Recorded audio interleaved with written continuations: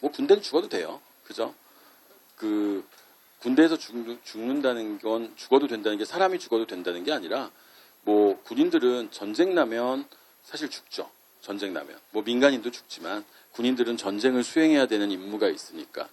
그래서 제가 군대에 있을 때 전쟁 안 나서 다행이에요. 그죠? 근데 어쨌든 간에 그래서 소금을 안 먹으면 우린 죽는데요. 소금을 먹어야 되는데 소금을 그래서 국가가 전매한다는 이유는 지금 무슨 목적 때문에 이 물건을 국가만 팔 것 같으세요? 봐요. 소금은 사람이 살아가는데 꼭 필요한 물질이에요.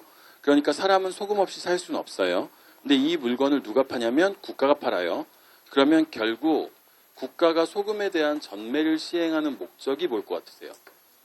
국가 재정 때문이에요.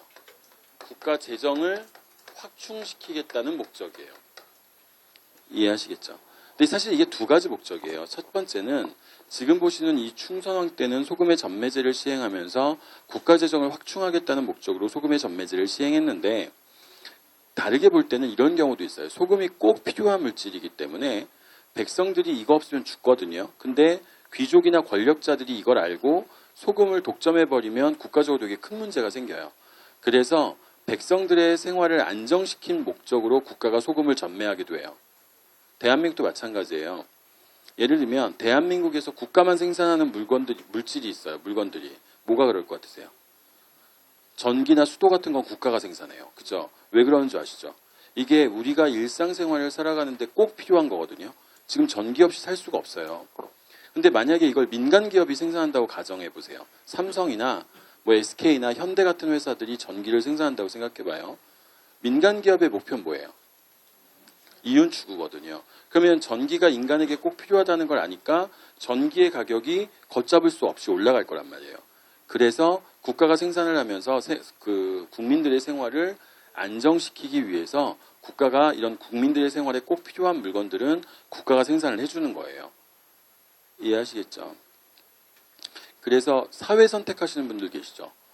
사회 선택하시는 분들이 경제 파트 배울 때 소비의 주체는 가게, 생산의 주체는 기업, 그리고 정부를 갖다 놓고 뭐라고 얘기해요? 소비와 생산을 둘 다 하는 주체, 이렇게 배우시거든요. 지금 보시는 이런 공공재를 생산해 주기 때문에 그래요. 아시겠죠? 그래서 어쨌든 가견법이라는 걸 시행했고요. 근데 지금은 백성 생활 안정의 목적보다는 국가재정 확충이 더 큰 목적이었어요. 그 다음에 충선왕이 원나라에 머물고 계실 때 원나라에다가 개인 도서관을 하나 만들었거든요. 그걸 저희가 뭐라고 부르냐면 이걸 만권당이라고 불러요. 이건 원나라에 있을 때 충선왕이 만든 개인 도서관이에요.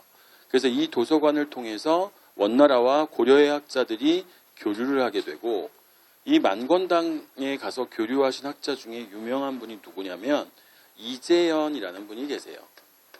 이 이재현이라는 분이 만권당에 가서 원나라 학자들과 교류하기도 해요. 그 다음에 정방 기억나세요? 최후가 자기 집에 설치했던 인사기구를 우리가 정방이라고 불렀잖아요. 이 정방을 없애고 충선왕이 사림원을 설치해요. 그죠? 그리고 정방을 폐지시켜버린 거예요. 정방을 없앴는데 요거는요. 다시 정방이 다시 부활할 거예요. 그래서 이 정방은 생겼다 없어졌다 생겼다 없어졌다를 반복하게 될 거예요. 아시겠죠? 사실 충자 들어가는 왕들 중에서 핵심은 이 두 분이세요.